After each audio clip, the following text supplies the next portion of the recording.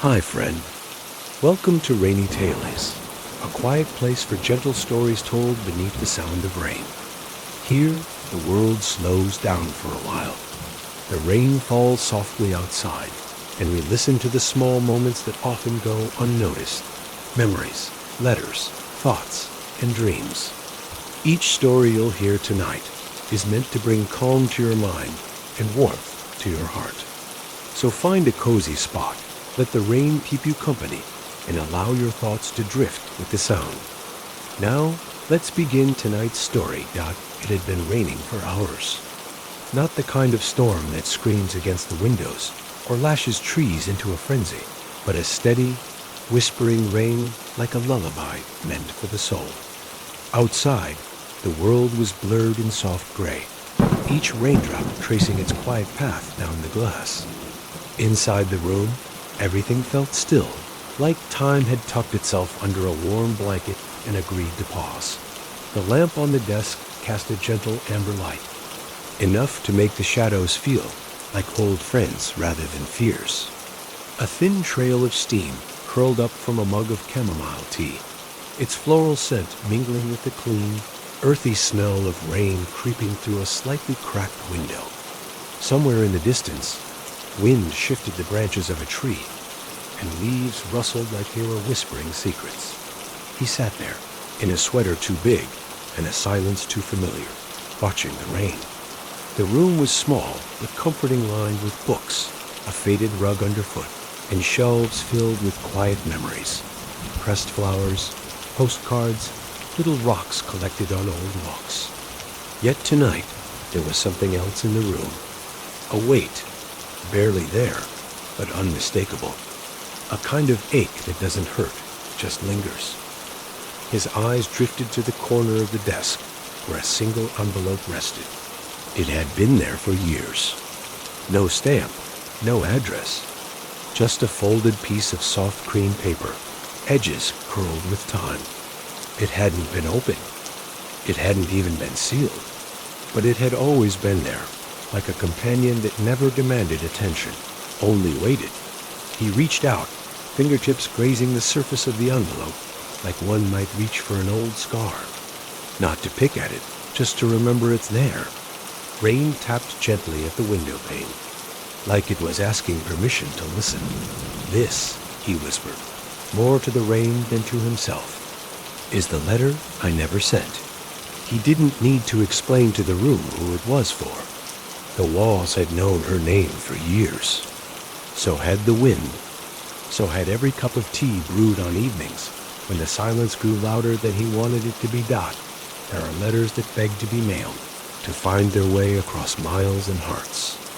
And then there are letters like this written, not to reach someone, but to keep them close without crossing that final bridge. Words unsent, because once they're received, something changes. The unknown becomes known. The mystery disappears. He remembered writing the first lines. It had been a night like this one: rain, silence, solitude.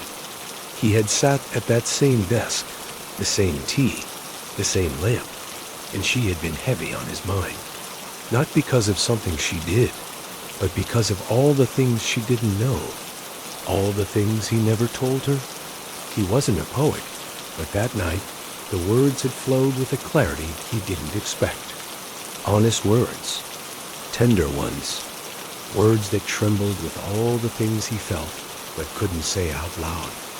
Not then, maybe not ever, but tonight, something felt different. Not urgent, not desperate, just ... open. The rain thickened like it was leaning closer, and he unfolded the letter. The ink had faded a little, but the words still held warmth. He read the lines slowly, as if rediscovering a version of himself he'd long forgotten. A softer version. One who believed that telling the truth quietly, gently might be enough to change the world between two people. I wonder, he said softly, if she ever knew. If maybe the rain told her for me. He smiled, not with joy, but with that gentle sadness that feels almost like gratitude. Some letters don't need to be sent to be understood. Some hearts don't need to hear words to know they were loved. And still, he stayed there, at the desk, the letter in his hands, and the rain in his ears, not doing anything more than letting the night exist, letting memory and mist blur the lines between now and then. There would be no dramatic ending, no sudden decision to run out into the storm and mail what was never mailed. Just a quiet moment with the rain, a warm room, a heart that had learned to hold both love and silence. Outside, the water pooled along the windowsill, reflecting the amber light. Inside, the letter rested again, folded neatly, as if tucking itself in, and the night continued, soft and unhurried. The desk had always been a companion of quiet things. It didn't creep or demand attention. It simply held space for thoughts, for moments, for stillness. Long before the letter had found its home there, the desk had carried half-filled journals, open books with dog-eared pages, and tea rings like faded moons on its surface. Tonight, it carried only one thing, the letter, folded again, resting where the light fell softest. He sat back in the chair, letting the rain carry on its gentle monologue outside. The tea had gone lukewarm, but he didn't mind. He wasn't ready to move. Not yet. His gaze stayed on the desk like it held more than wood and paper, like it held the boundary between what was said and what was left behind. Reaching into the top drawer, he pulled out the pen. It was nothing fancy black, a little scratch, with a cap that clicked too loudly.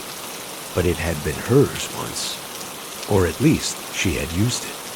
He remembered that detail clearly, though she probably wouldn't have done.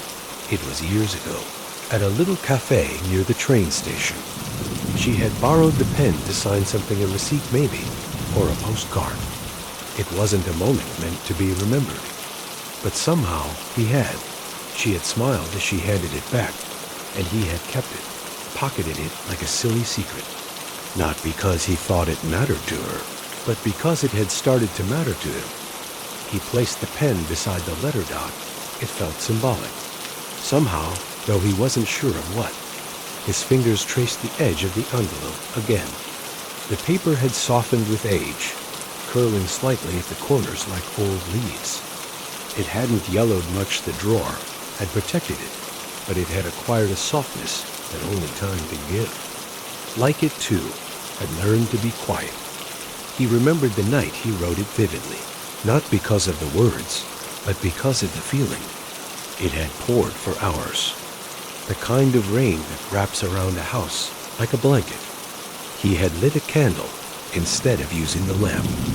The shadows had moved gently across the wall, swaying like they were dancing to the rhythm of falling water dot, and he had written dot, not with urgency, not with hope, just with truth.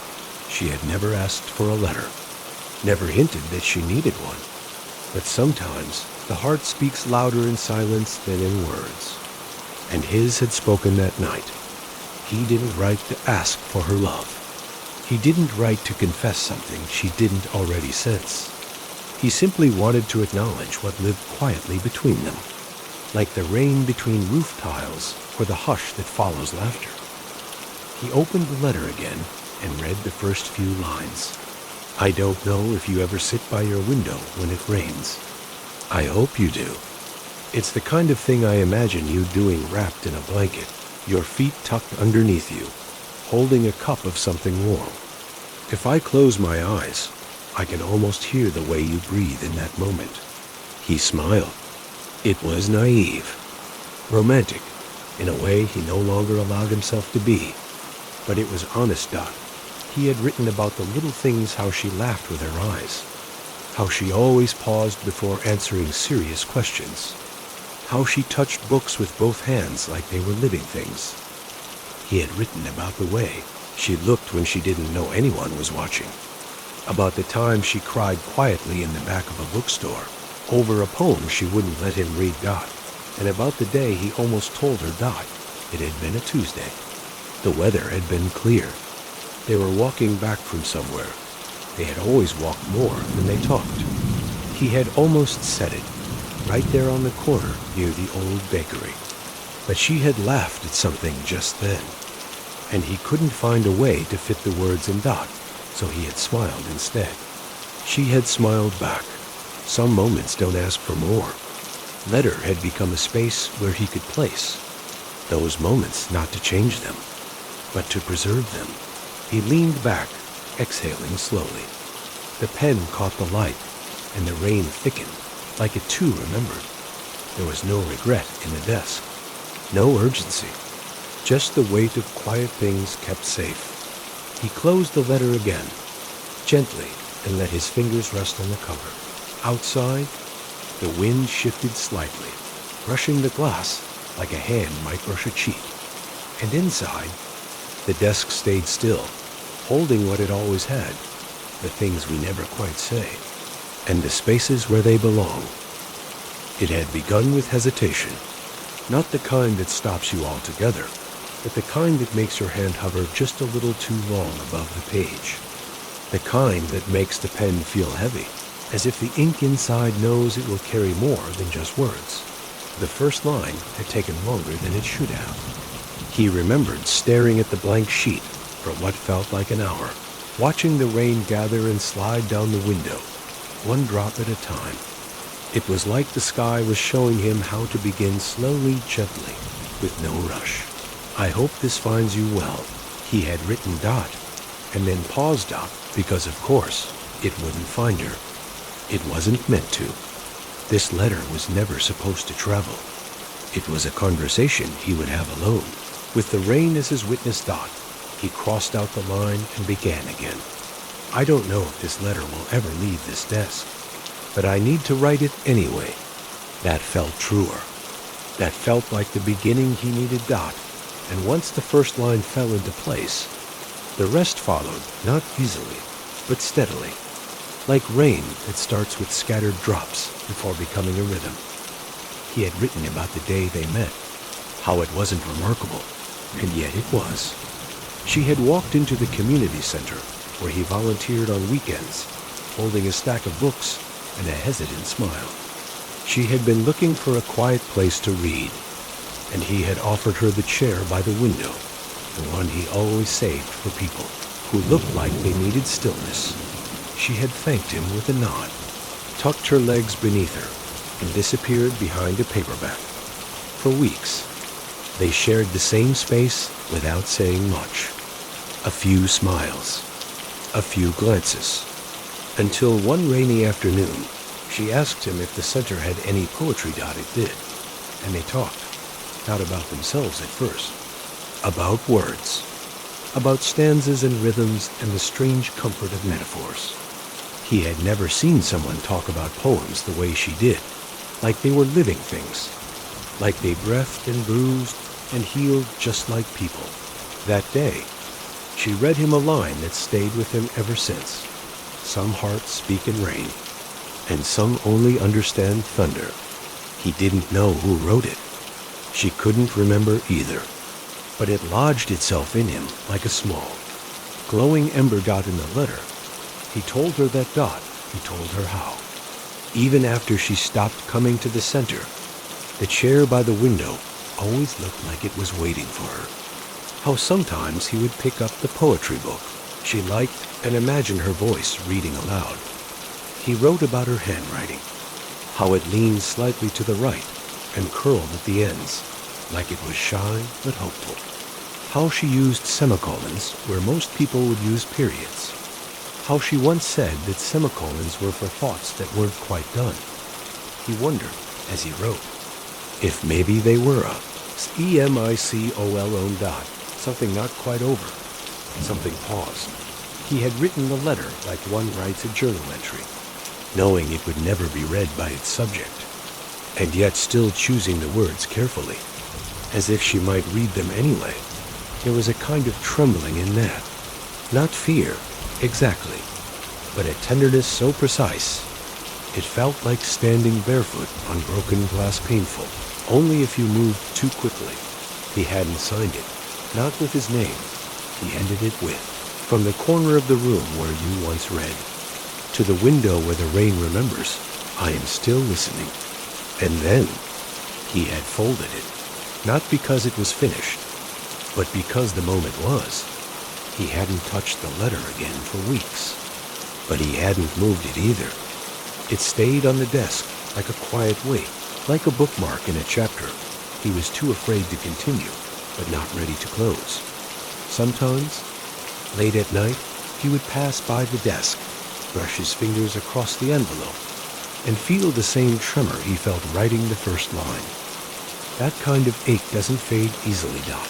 It becomes part of you, like the sound of rain in the early hours of morning soft. Uninvited, but always welcome. There was a night, just one, when he almost mailed it. The rain had stopped briefly, the way it sometimes does in the middle of a long storm, like the sky is pausing to catch its breath. The world outside felt damp and hushed, as if nature had wrapped everything in velvet. His hands had lingered too long on the envelope that evening, the paper still faintly warm from where it had rested beneath the lamp. He wasn't dressed for the cold, just a sweater and slippers, the same he always wore around the house. But something in him had stirred. A whisper, a nudge. Maybe it was the way the silence pressed against the windows. Maybe it was the way her name had shown up again in a book he was reading. Or maybe it was just time, catching up to him. The letter fit perfectly in the pocket of his coat. It had always been the right size, like it was meant to be sent, even if he wasn't ready to admit it. He stepped outside into the cool air, pulling the collar up to his chin. The wind was light, but it carried the memory of rain, and the street lamps shimmered against the wet pavement like quiet little moons. The mailbox wasn't far. Just 3 blocks down, near the old corner store with the flickering sign. He knew the walk by heart. But that night, every step felt like a question. The soles of his slippers darkened with each step, absorbing water from the concrete. The houses around him were mostly asleep, windows glowing softly or gone dark entirely. Somewhere, a dog barked once and then fell quiet again. Dot, as he walked. He held the letter tighter inside his pocket, not protectively, more like a lifeline. Like if he let it go, it might disappear. Halfway there, he passed the small park where they had once sat under a tree, sharing silence and a bag of roasted chestnuts. She had laughed when one fell into her coat and disappeared into the lining, calling it her secret snack. That had been one of the last times he'd seen her smile without anything in the way. No schedule, no weight in her eyes, no clock ticking behind her words. The memory rose like steam from the pavement, and he almost turned back, but he didn't. The mailbox came into view, painted green, chipped at the edges, standing under a street lamp that buzzed quietly. It was the kind of place most people passed without seeing, but tonight it felt enormous. Like a gate, like a choice. He stopped a few feet away, his fingers curled around the letter in his pocket. Dot, it wasn't fear. It wasn't even doubt. It was something more fragile, something shaped like hope, but thinner, less brave. He looked up at the sky. Clouds hung low, but the rain hadn't returned. The air was still. He could hear his own breath, and the soft hum of the street lamp, and the distant echo of tires on wet asphalt. He pulled the letter from his coat. Dot, it looked small now, insignificant, but it felt heavier than ever. He stood there for a long time, long enough for the cold to sneak through his sweater, long enough to feel the dampness seep through to his socks, long enough to imagine what it might mean to let the letter go. Dot, would she read it and smile? Would she wonder why he waited so long? Would it bring comfort or confusion, or a quiet ache she didn't ask for? He stepped closer, placed his hand on the cold metal of the mailbox. Dot, opened the slot. Dot, and paused. Dot, there was a weight in his chest that had nothing to do with fear. It was the weight of knowing that once sent, something would change, not in the world, maybe, but in him. The letter would no longer belong to the moment. It would belong to the past, or worse, to the silence after. He closed the slot, folded the letter again, slowly, carefully, like it was something fragile Dot, then placed it back in his coat. The walk home felt longer, the silence deeper, but his shoulders were lighter somehow, because even though he didn't send it, he had let it come close. He had held the moment in his hands, fully, gently, without brushing past it. Dot, and that, in some way, was enough for now. He stepped back inside, peeled off his wet socks, and made a new cup of tea. Chamomile again, with a touch of honey. The kind she once said tasted like warm forgetfulness. He sat by the window and watched as the rain returned. Soft as ever, blurring the street beyond recognition. Dot, the letter sat quietly on the desk, once more. Dot, and outside. The world slipped back into its lullaby of water and wind. Some silences are born of fear, others of reverence.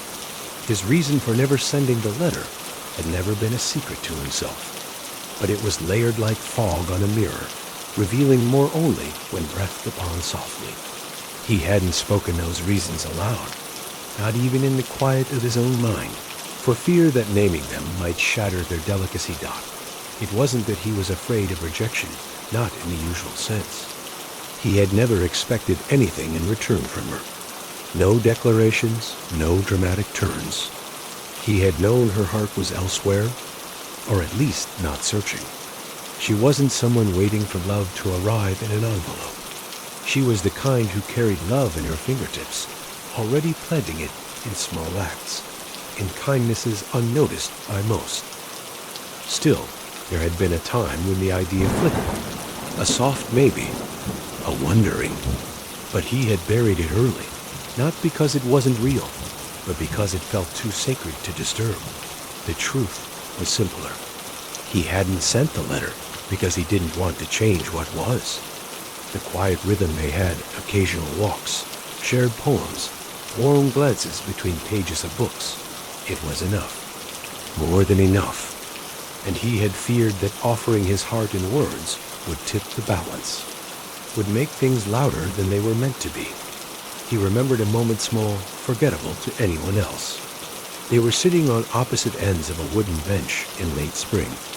She was eating a pear, the juice dripping slightly onto her notebook.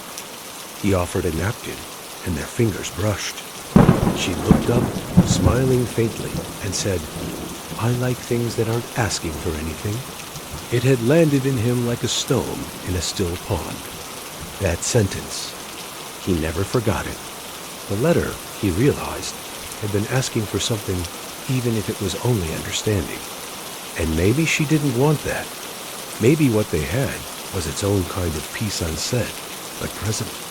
Undefined, but whole. Dot, so he left it on the desk. He let time gather dust on it, like a slow snowfall. Dot, and yet not a week passed without him, wondering if he'd done the right thing. Whether silence, even when gentle, could become a wall instead of a balm. Sometimes, in the early morning, he would imagine alternate versions of himself, braver ones, perhaps younger, less tangled in restraint.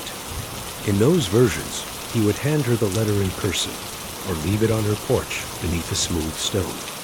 Maybe he would slip it into a book and lend it to her by accident. But in every version, something precious broke. The way she looked at him changed. The comfort vanished. And he always woke from those daydreams with a quiet kind of grief. He wasn't ashamed of his love. That's what he called it, even if others wouldn't. Love doesn't need a recipient to be real. It just needs room to exist.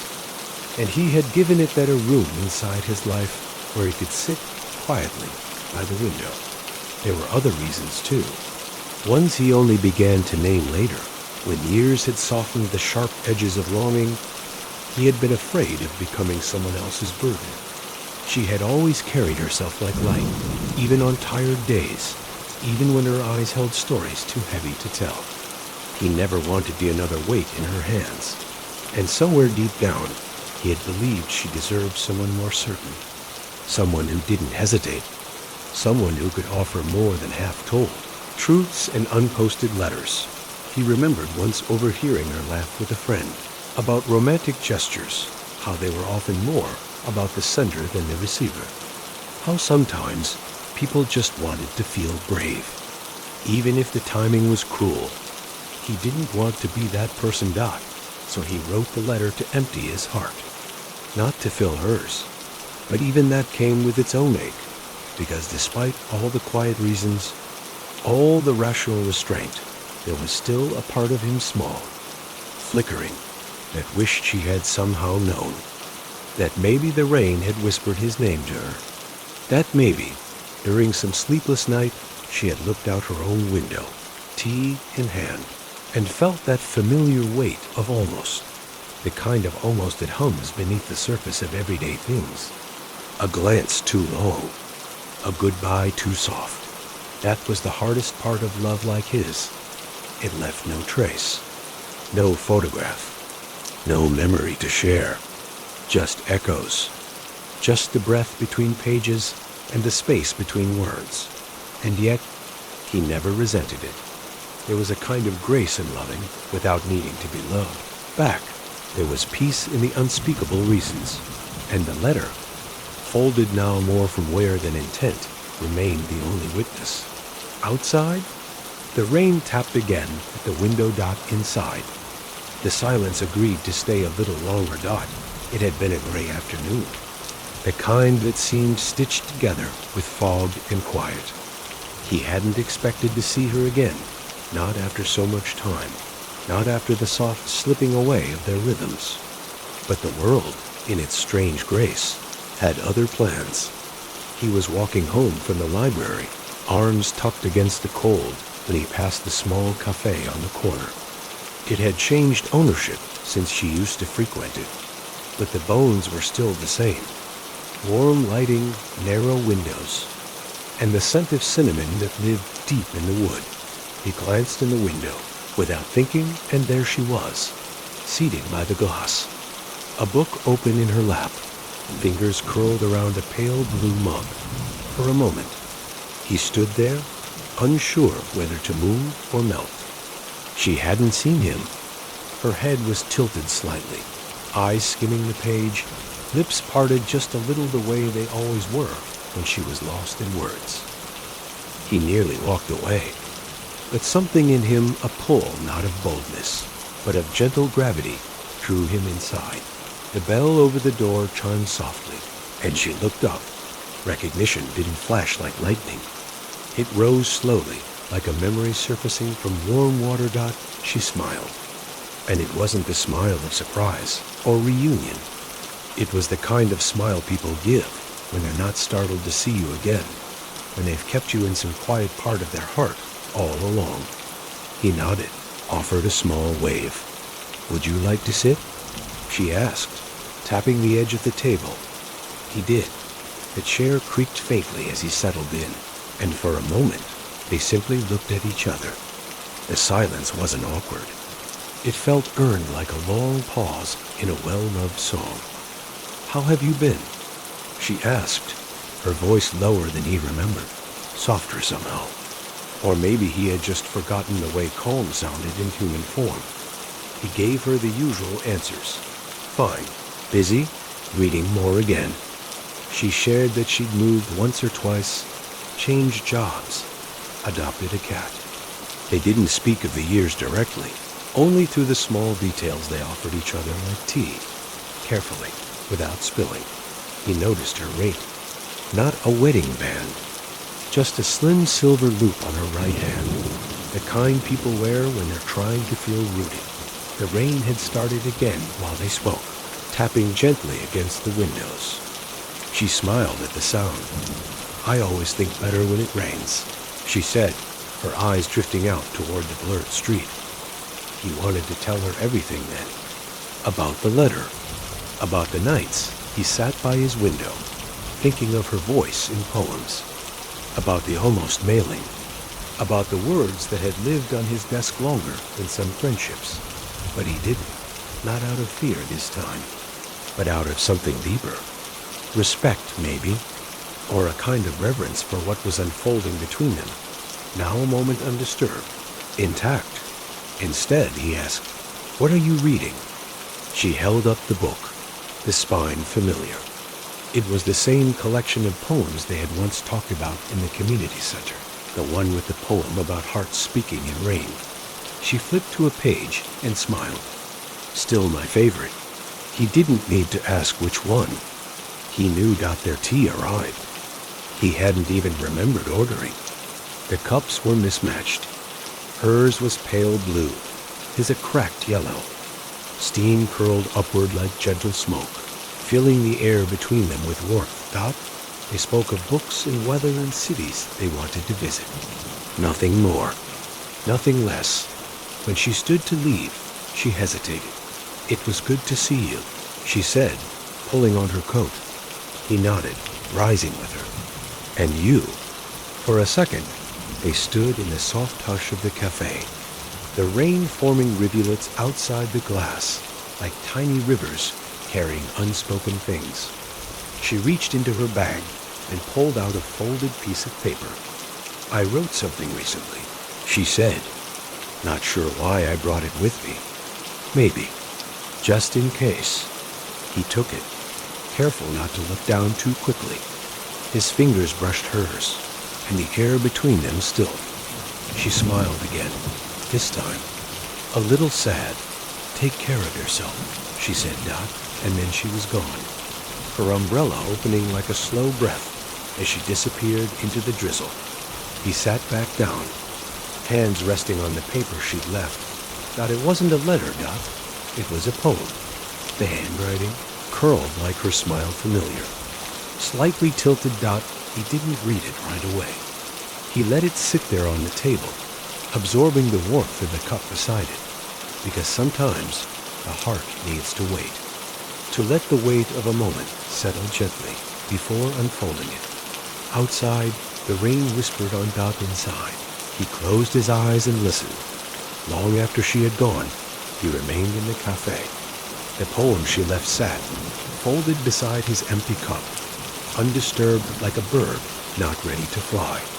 He didn't rush to read it. He didn't even touch it.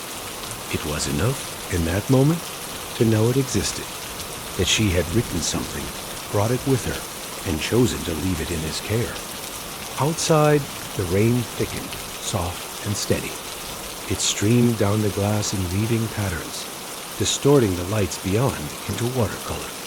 The hum of the cafe faded into the background, the clinking of dishes, the hiss of steamed milk, the low murmur of other voices. It all became a kind of music, gentle and distant, like a memory remembered not in words, but in tones. He eventually stood, slipping the poem carefully into the inside pocket of his coat. It rested near his chest, close to where the unsent letter once lived. And somehow, it felt like they belonged together, two fragments of something that never asked to be whole. The walk home was quiet, his feet finding their way more by instinct than intention. The street lamps shimmered in puddles, and leaves clung to the sidewalks like lost thoughts. The poem pressed lightly against his side, a reminder and a companion. He didn't read it that night, Instead, he sat by his window, the same one that had watched him for so many years. The light in the room was low, the scent of old pages and rain-soaked air familiar. He wrapped himself in a blanket and listened to the rain, to the wind weaving through the trees, to the hush between drops. And he remembered, not just her face or her voice, but all the small, forgotten things that love leaves behind. Ways she tucked her hair behind her ear when she read the sound of her breath catching on. Certain lines of poetry the way she once whispered, "Thank you," after he handed her a poem copied by. Hand not because he wrote it, but because he remembered she loved it. He remembered the time she cried without explaining why, and he didn't ask. He just sat beside her, quietly, and let the silence carry what words couldn't. He remembered the time she laughed so hard she dropped her teacup, and the pieces scattered like stars on the floor, and she said, "Some things are meant to break beautifully." He remembered how she moved through the world, not trying to be noticed, but being noticed anyway. He remembered the spaces between their meetings, the absence that never felt quite like loss, and the rain, faithful and soft, seemed to remember too. It tapped at the windows like it had something to say, like it had been there all along, keeping the echoes safe. Every shared glance, every almost confession, every quiet act of love left unclaimed it all lived in the rhythm of the rain. He wondered if maybe this was why he loved storms. Not for their thunder, but for their remembering. For the way rain made everything feel like it could be held again, if only for a breath. And in that space, between memory and mist, he finally reached into his coat. The poem was still warm from his body. He unfolded it carefully, the paper soft and worn at the creases. Her handwriting was as he remembered, neat, deliberate, full of curves that felt like they came from music rather than grammar. He read. The poem was not about him. And yet, somehow, it was it spoke of quiet places, of waiting without expectation, of a voice remembered not for its words, but for the way it filled a room with calm, of someone who noticed the little things and said nothing, because noticing was enough. There was a line near the end that stilled his breath. Some hearts are not loud, but they echo. He closed his eyes. Maybe she had known all along. Maybe the letter hadn't needed to travel. Maybe its presence, folded quietly in the same room where he had loved her silently, had been felt somehow. He didn't know. And perhaps that was the beauty of it. Love, in its gentlest form, leaves room for maybes. He placed the poem beside his own letter on the desk, the 2 pages resting together under the amber glow of the lamp. The rain outside softened further, a hush within a hush, like the sky was settling into sleep. He stood by the window once more, watching the blur of the world. And in the faint reflection of the glass, he didn't look lonely. He looked whole, because some things are carried not in arms, but in rain. And some stories are not told to be finished, but to be remembered. Morning arrived without ceremony. The rain, though lighter now, continued its gentle descent, tracing slow silver threads down the glass like the night hadn't fully let go. The world beyond the window looked softer in the pale light-muted rooftops. Trembling leaves, puddles holding pieces of sky. He woke early, not from any alarm, but from the quiet sense that something needed tending. The desk was as he had left it, still, waiting. The poem she'd written remained beside his old letter, the 2 pages resting like old friends reunited after years apart. He approached without haste, with the same reverence one might bring to a place of prayer. Sitting down, he reached first for her poem. Read it again, this time slower, letting each line settle into him like warmth into bone. Her words didn't need deciphering. They weren't cryptic or guarded. They were open, soft-edged. She had written from a place of knowing not everything, but enough. He placed it back gently and turned to the letter, the one he had written years ago in another rain, at this same desk, in a heart just as full, but far more uncertain. He opened it. It felt both foreign and familiar, like reading a chapter written by someone you used to be. The ink had held up over time, only slightly faded, the words still carrying their shape. He read it all. Every line, every breath between sentences. Then he picked up the pen, not to rewrite, not to erase, but to add. Not much, just a few lines at the bottom, a postscript of sorts, a whisper added to an echo. I never said this because I didn't want to ask for anything, but now I realize that love doesn't always ask. Sometimes it just wants to be seen, quietly, across time. You saw me more than I knew. He signed it this time, not with his full name, just his initial, the one she used when teasing him, when softening the mood, when scribbling notes in the margins of borrowed books. And he folded the letter again, slower this time, as if each crease mattered.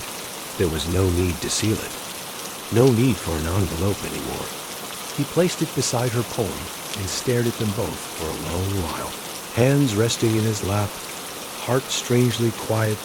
It wasn't closure. It wasn't release. It was something gentler than both, a kind of settling, like a pond returning to stillness after a single ripple. Outside, the rain gave a soft sigh against the glass. He made tea. Chamomile again, though this time he added a bit of lemon peel. The scent filled the room, floral and bright, like something new blooming inside something old. He returned to the window, mug in hand, and watched the street slowly come alive. A child in a yellow raincoat skipped through a puddle. A woman with a red umbrella paused to tie her scarf. The world moved on, unaware of what had just been made whole in a small upstairs room. He didn't need to send the letter. He didn't need to read her poem aloud. Some things exist more honestly in silence. But now, they were no longer unfinished. He took both pages and placed them in the drawer together, side by side, then closed it without a sound. Not to hide them, but to let them rest. There's a difference. Rain tapped lightly against the windowsill, like fingers on skin. A rhythm he knew well, a language he had come to understand. He leaned back in his chair, let the warmth of the tea fill his chest, and exhaled. There would be other days, other storms. But for now, the letter no longer called out from the desk. It had been seen, it had been heard, it had become part of the rain's remembering. The rain continued through the afternoon, soft as breath, never once raising its voice. It washed the streets in quiet silver, rinsed the trees of old dust, and made puddles bloom like forgotten dreams. He watched it from his place by the window, hands wrapped around the warm mug, as if the tea could anchor him to this gentle unfolding. There was no grand decision to be made. No, now or never moment. Just a soft sense of knowing, like a tide receding, not because it must, but because the moon has turned. He stood and opened the drawer again. The letter and the poem lay together as he'd left them, calm, undemanding. He smiled at how still they looked, as if they had always belonged to this moment, not to the past that birthed them. He lifted the letter once more, this time not to read or rewrite, but to hold, to feel the weight of what had once been too heavy to send, now light enough to carry in a single hand. He didn't know exactly why, but something inside told him it was time. He slipped on his coat, still faintly scented with yesterday's rain, and tucked the letter into the inside pocket where it had once rested years ago. During that long walk to the mailbox that ended with retreat. Today would not be a repetition of that night, but it also wouldn't be a reversal. He stepped outside, umbrella tucked under one arm, the rain greeting him like an old friend. The street was nearly empty. Drops tapped on leaves, rooftops, and railings in soft succession. Everything felt hushed, as though the world had agreed to give this moment space. He didn't walk to the mailbox. Instead, he wandered. Past the little park where they once shared chestnuts. Past the library where he used to search for lines that echoed the shape of her. Past the corner where her laughter once stopped his breath, until he reached the old footbridge behind the church, the one that spanned a narrow creek, veined with stones and moss. It wasn't a place they had shared, but it was quiet, honest. It felt right. He stood in the middle, leaned against the railing, and watched the water below. The rain danced on its surface, forming fleeting rings that shimmered, expanded, disappeared. He reached into his coat, drew out the letter. He didn't unfold it, didn't need to. His fingers brushed its edges once, a farewell touch, and then, with the same reverence he'd shown in folding it, he let it fall, not into a mailbox, but into the water. It didn't sink quickly. It floated for a moment, drifting gently, caught in the current. The paper began to darken as it absorbed the rain. its words melting into the stream whispers, becoming part of something lighter. He watched until it disappeared around a bend, carried not by urgency, but by the soft pull of time. A release, not a goodbye. He exhaled dot, not with sorrow, dot with stillness, the kind that comes after you've held something long enough to know it's safe to let go. The rain continued, a steady hymn above the creek. He stood there a while longer, letting the damp air kiss his face, his sleeves, his collar. There was no dramatic swell of music, no sudden clarity, only a quiet sense of peace. Back home, he changed into dry clothes, lit a small candle, and poured himself a fresh cup of tea, the kind she used to drink ginger and honey, sharp and sweet. He returned to the desk, sat down, and opened the drawer. Her poem remained inside. He left it there, not as a keepsake, not as a wound, but as a truth. Some words, once written, do not need to travel. They simply need to live. And some love, once carried, becomes part of the air. The candle flickered softly. The rain drummed on Dot, and in the stillness of that gentle letting go, something bloomed quietly inside him. Not an ending, not a beginning, just enough. That night, the rain grew quieter, as if it too had said all it needed to say. He sat in the dim light of his room, the candle's flame steady, the mug in his hands no longer warm, but still offering comfort by weight alone. Everything around him felt softened, the chair creaked less, the clock ticked more gently, and even the silence seemed to hum with something tender. Dot in the drawer. Her poem still rested. He didn't reach for it. He didn't need to. Dot it was there, not hidden, not displayed, just present. Like memory, like love, once it stops asking to be proven. For so long, he had believed in the importance of moments, in the idea that clarity had to arrive like thunder, that understanding needed a crescendo. But this was something else. Dot. It was quiet, and in its quietness, complete. He looked around the room, the books, the rug, the slightly chipped mug on the desk, the rain-streaked window, behind which the world blurred and breathed. Nothing had changed, and yet, inside him, something had settled. Not fallen, not broken, settled. That was the word. There's a kind of wisdom, he thought, that comes not from knowing what to say, but from learning what doesn't need to be said. He remembered her again, not as someone lost or missed, but as someone whose presence had once shaped the way he saw the sky, who had taught him that the quietest truths are the ones that stay.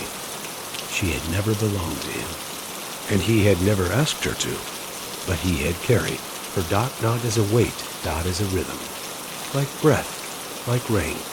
He thought of the letter, now somewhere downstream, soaked into the current, its ink dispersing like seeds. He wondered if some part of it might be caught in the branch of a tree, or swept into the soil, or perhaps drifted all the way to the ocean. Not that it mattered. Dot. It had done its work, that had spoken its truth, and now it was free. He got up, turned off the lamp, and let the candlelight be the only source of glow. The room dimmed into amber and shadow, and he welcomed it. The kind of darkness that soothes rather than hides. Moved to the window once more. The rain had slowed to a whisper, the kind of whisper that doesn't ask to be. Answer. He placed his palm lightly against the glass, feeling the cool kiss of outside. Beyond the pane, the world breathed in mist. No cars, no footsteps, just the occasional rustle of trees and the soft patter of water on leaves. Dot. And then quietly, he spoke not loudly, not expecting to be heard. Thank you for the love, for the silence, for the not knowing, for the words written but never spoken. There are truths that exist only in the in-between, between what was and what might have been, between a letter unsent and a poem left behind. between two people who never said everything, but somehow understood enough thought. And when he stepped away from the window, he didn't feel lonely. He felt still. He returned to the desk, blew out the candle, and the room surrendered to darkness soft, warm, without edged out in the quiet. He heard one last drop of rain down, and then peace.